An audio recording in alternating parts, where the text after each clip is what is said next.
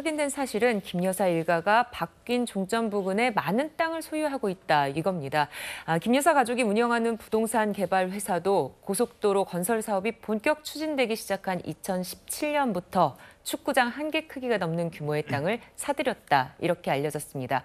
자, 원장관의 백지화 선언 결국 이런 의혹을 시인한 셈이 된 게 아니냐 이런 분석도 나오고 있는데 최진봉 교수님은 여기 동의하십니까? 동의하죠. 당연히 이제 왜냐하면 이게 종점이 갑자기 바뀐 배경을 보면 2017년 이 사업이 시작이 됐거든요. 예. 그리고 예비 타당성, 환경 전략 영향 평가 이런 것까지 다 끝냈어요. 그런데 갑자기 대통령 취임하고 2달 후인 작년 7월에 이 3개 안이 나오는 겁니다. 그럼 이상하잖아요. 아니 그러면 2017년부터 검토해서 작년까지 했습니다. 그 몇 년을 검토한 겁니까? 그래서 종점 부분에 있어서는 변경사항이 전혀 없었어요. 한 번도 거기에 대해서 논의된 적도 없었고요.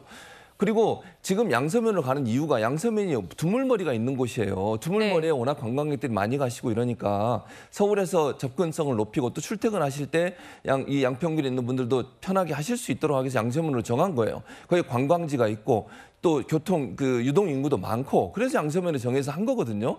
근데 그걸 갑자기 2개 안이 갑자기 나와요. 그리고 뭐 8일만 얘기하는데 뭐 행정적으로 가능하다 하더라도 하남시 같은 경우에는 이렇게 서울의 강남시 시작해서 하남시를 통해서 가거든요. 네. 하남시는 몇 번이나 1만 명 서명 받아가지고 바꿔달라고. 왜냐하면 거기 교통량이 많아서 하남시 지나가는 쪽에 그건 국토교통부가 계속 거부했어요. 한 번도 들어준 적이 없어요. 근데 양평구는 8일 만에 요청하니까 바로 들어줘요. 물론 뭐 행정적으로 문제가 없다고 얘기할 수 있겠지만 여러 가지 정황으로 보면 좀 이상하잖아요. 근데 하필이면 그 새로 종점이 생기는 곳에 땅이 축구장 5배 정도의 크기의 땅이 김건희 여사 일가 또는 뭐 회사, 가족회사 이런 데서 갖고 있다. 이건 국민들이 당연히 이상하게 생각하죠. 누가 이거를 상식적으로 생각하겠습니까? 그래서 저는 만약에 국토부 장관이 저렇게 무슨 뭐 괴담이다, 선동이다 이렇게 얘기하지 마시고 설명을 하세요. 그러면 국민들이 납득할 수 있도록. 아니 종점이 갑자기 왜 이렇게 바뀌었으며 그렇게 오랫동안 준비해온 그 노선이 갑자기 종점이 상면으로 바뀌는 과정이 왜 일어났으며 왜 하필이면 그곳에 김건희 여사 땅이 있는 쪽으로 그렇게 했겠냐. 아니 국토부 장관이 처음에 이 문제 나왔을 때 어공 늘공 얘기가 하면서 뭐라고 그랬습니까? 아니 자기가 알았으면 그걸 했겠냐고 얘기했어요. 논란이 되는데 그 누구나 다 정무적으로 보면 문제가 될 거라는 거 다 알고 있다는 얘기 아닙니까? 근데 그런 부분에 대해서 얘기 안 하고 선동이라고만 자꾸 얘기하시면 국민들이 과연 이걸 받아들이겠냐고요. 네, 자 이번에는 원 장관이 자신의 결단으로 이번 서울 양평 고속도로 사업을 백지화를 선언했다 이렇게 얘기를 했는데 다시 한번 이 부분 짚어보겠습니다. 만약에 대통령을 끌어들인다면 제가 누를 끼치는 거죠. 왜냐하면 아닙니까? 고속도로 개설의 책임자가 저기 때문에. 그리고 만약에 이게 제가 만약에 잘못돼서 대통령과 정권에 누를 끼친다면 제가 그에 대한 인사 책임까지도 지겠습니다. 개인 행보가 아니라 국토부 장관으로서 그리고 이런 무책임한 묻지마 선동 때문에 그런 점에서 국민들께서 양평 국민들에게는 죄송하지만요. 이거를 이해를 해 주시고. 마치 어린애들 생태 쓰듯이 아예 없애버리겠다 이런 게 말이 되는 소리입니다. 이 장독이 좀 이상해져서 이거 혹시 훔친 거 아닐까 했더니 청소했던 사람이 그런 의심을 한다면 장독을 부셔버리겠다 이렇게 하고 장독을 다 부신 것인데 책임을 지게 될 것입니다. 국민의 삶이나 국가의 미래를 놓고 자꾸 도박하자 이런 소리 안 하면 좋겠습니다. 네, 이현정 의원님, 원 장관이 독단적으로 결정하기는 어려웠을 것이다. 대통령실과 교감이 있었을 것이다. 이런 말이 나오는데요. 근데 일단 뭐 이 권한 자체는 장관이 할 수 있는 권한이 있으니까 아마 사후 보고라든지 뭐 이런 걸 충분히 했을 겁니다. 자, 그런데 자꾸 이제 이 문제를 예를 들어서 그 김건희 여사의 땅이 있기 때문에 혜택이 간다 이런 이야기를 하시는데 만약에 IC가 즉 우리 나들목이 그쪽에 있다라면 충분히 저는 의심을 살만하겠죠. 왜냐하면 차가 왔다 갔다 할 수 있으니까요. 근데 여기가 이제 정천이란 말이에요. 그리고 이쪽에는 중부 내륙고속도로가 이어지는 도로거든요. 그러니까 내려가는 길이 없습니다, 차가.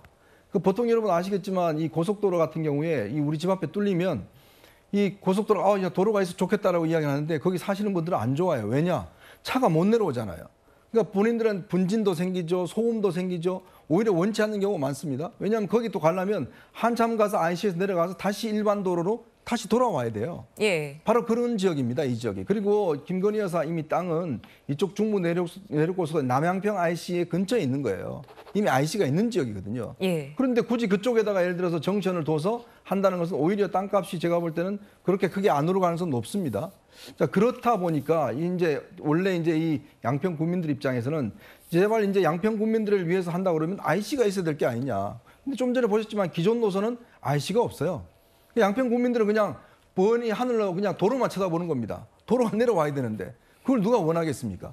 그래서 아까 이야기했지만 군수나 이런 분들이 밑으로 내려서 밑에 있는 그 강화 IC를 만들어 달라고 한 거예요. 예. 근데 생각해 보십시오. 강화 IC를 만들려면 기존 도로에서 꺾여서 밑으로 내려와서 다시 올라갑니까? 도로를 그렇게 누가 만들어요? 그러니까 그런 걸 따지다 보니까 결국은 지금에 있는 밑에 있는 안으로 간 거거든요. 그런 어떤 면에서 결정이 된 건데 그걸 이제 처음부터 민주당은 지금 뭐 TF를 만들고 시민단체 해서 계속 이제 이걸 김건희 여사의 뭐 특혜다고 주장하고 있으니 이 도로 건설될 때까지 계속 주장할 겁니다. 그러니까 그런 측면에서 아마 원희룡 장관은 이게 정치적 논란이 되는 상황에서는 이걸 뭔가 차단해야 되겠다는 결심을 한 것 같고 그렇다면 저는 지금 이 문제에 대해서 야당도 그럼 어떤 증거를 가지고 과연 그러면 이 문제에 대해 김건희 여사가 영향을 작용했는지 그걸 저는 밝혀야 된다고 봐요. 문제는. 네. 그럼 밝히면 그 부분에 대해서 문제가 있다고 그러면 수사를 하든지 뭘 하든지 하고 만약 없다라고 그러면 정말 이게 그 부분에 대해서 본인들이 시인을 한다든지 하면 저는 이 도로 건설은 2015년, 25년이니까 어차피 네. 아직 시간이 남아 있습니다. 그렇기 때문에 저는 충분히 건설되는 데는 차질이 없을 것이다. 이런 생각이 들어요. 자, 대통령실은 백지화할 수는 없다 이런 입장인데 그렇다면 이현정 의원님 계속해서 추진이 될까요? 아니면은 노선이 원점 재검토가 될까요? 근데 원점 재검토를 하게 되면 양평 국민들의 굉장히 피해를 많이 봅니다. 아까 좀 더 보셨지만 양평 국민들 입장에서는 아니 우리가 우리 땅만 내주고 우리 지역에 있는 사람들은 왔다 내려갔다 못하면 그게 무슨 소용이 있겠습니까? 네. 하늘만 쳐다보고 도로만 있는 걸 쳐다봐야 되잖아요.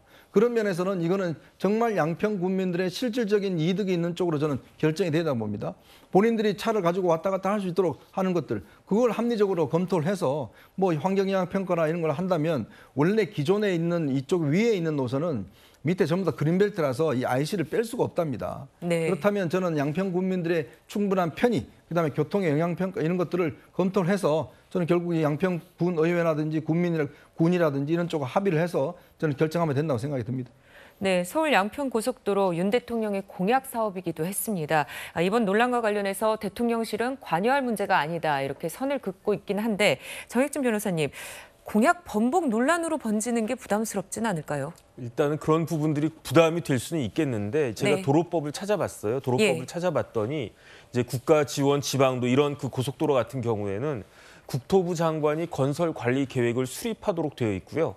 그다음에 국토부 장관이 직권으로 조정할 수 있도록 되어 있어요. 그래서 대통령실과의 교감이 있었는지 없었는지는 제가 잘 모르겠지만 어쨌든 법적으로는 국토교통부 장관이 원희룡 장관에게 이 계획에 대해서 조정할 수 있는 뭐 시기를 갖다 늦춘다든지 뭐 조정할 수 있는 그런 것들에 대한 권한이 있는 것은 명확히 보인다. 저는 그런 생각이 들고요. 네. 그다음에 핵심은 뭐냐면은 종점은 정션이라고 그래야죠. JC잖아요. 중요한 예. 거는 IC 인터체인지인데 지금 양평 군민들이 이게 이름은 서양고속도로거든요. 서울 양평고속도로. 네. 하지만 지금 기존의 안에 있어서는 양평에 어떠한 그 인터체인지도 없어요. 그렇기 때문에 강화 IC를 만들어 달라고 이야기를 한 거고 그 강화 IC를 만들기 위해서는 종점이 변경이 되는 것이 필요하다라고 뭐 이제 전문가들이 생각을 판단을 했을 수 있다는 것인데 그렇기 때문에 핵심은 뭐냐면은 IC를 만들기 위해서 종점이 변경이 된 것이냐 아니면 일부 어떤 특정한 사람을 위해서 종점이 변경이 된 것이냐.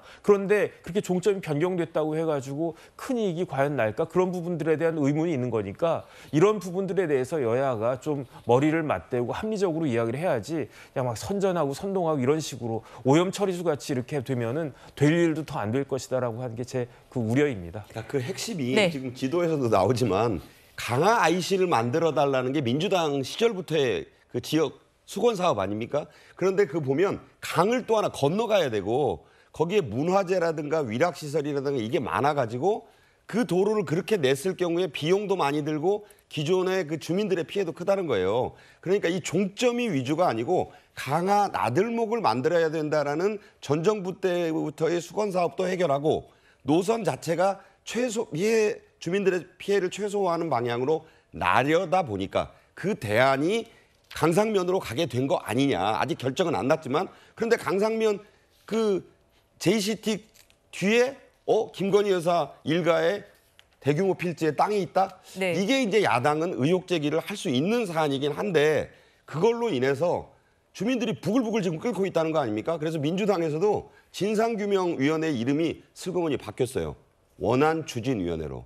그러니까 원안추진위원회와 현 정부에서 지금 논란이 된 부분을 절충하는 그 어딘가의 중간선에서 공론화 과정을 거쳐서 타협안이 나와야 되지 않을까. 지금 거기에 도로 안 놓는다는 건 말이 안 되잖아요.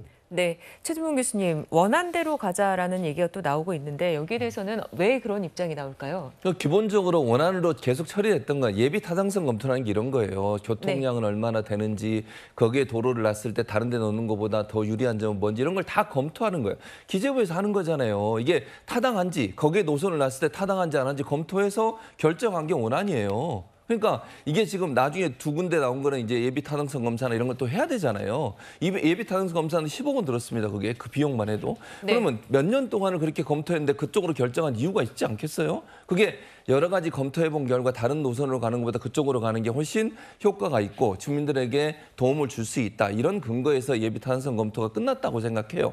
환경 영향 평가도 끝난 것이고. 그러면 그 안이 기존에 없었던 안도 아니고 무슨 졸속으로 생긴 것도 아니고 세 개 안 중에 하나를 선택하는 문제가 아니잖아요. 그러면 그 안으로 하면 별 문제가 없을 것을 굳이 왜 국토부가 아까도 말씀드린 것처럼 올해 5월부터 공식화시킨 거거든요, 사실은. 그리고 예. 작년 7월에 검토를 시작했고요. 하남시에서 갑자기 군수가 바뀐 다음에 또 그쪽으로 해달라고 요청을 했고요. 이런 여러 가지 정황들을 봤을 때 이해할 수 없는, 즉 상식적으로 이해가 안 되는 내용들이 너무 많기 때문에 이런 오해를 불식시키는 문제는 결국 노선은 놔야 되고 그러면 원안대로 하면 이미 다 예비 타당성 검토가 끝난 거니까 시행만 하면 되는 거잖아요. 근데 다른 걸 하면 또 이제 모든 검토를 다시 해야 돼요. 이런 상황이기 때문에 비용도 그렇고 만약에 강상면을 가면 기존에 나는 도로보다도 1,000억 원 이상 든다고 민주당은 주장을 하고 물론 뭐 국토부는 140억이라고 얘기하시던데 그것도 이제 검토를 해봐야 되겠죠. 네. 그런 여러 가지 불리한 상황이라고 하면 기존의 안으로 가는 게 맞다라고 주장을 하는 거죠. 네, 그렇다면 양평군 현지 분위기는 어떨까요? 15년 수건 사업이 하루아침에 백지화되면서 양평군은 백지화를 비판하는 현수막이 걸리고 주민들은 분노를 감추지 못하고 있습니다. 하고 나라에서 하는 일을 갖다가 국회의원들이 싸워가지고 왜 국민들이 손해를 봐야 하는 건지 너무너무 화가 나갖고 잠을 못 잤어요, 저는. 고속도로 난다는 것에 사람들은 다 좋아하고 있었는데 터무니없는 그런 거 가지고 그냥 뭐 안 논다. 그러면 에타 그 시간대로 거리 나면 될 거 아닙니까? 타선이 그거면 그거라도 백지화는 정말 뭐 국민들이 굉장히 지금 되게 아쉬워하고 있거든요. 원안은 나는 반대고 대안으로 제시한 강화 쪽으로 오는 게 맞다고 생각을 해요.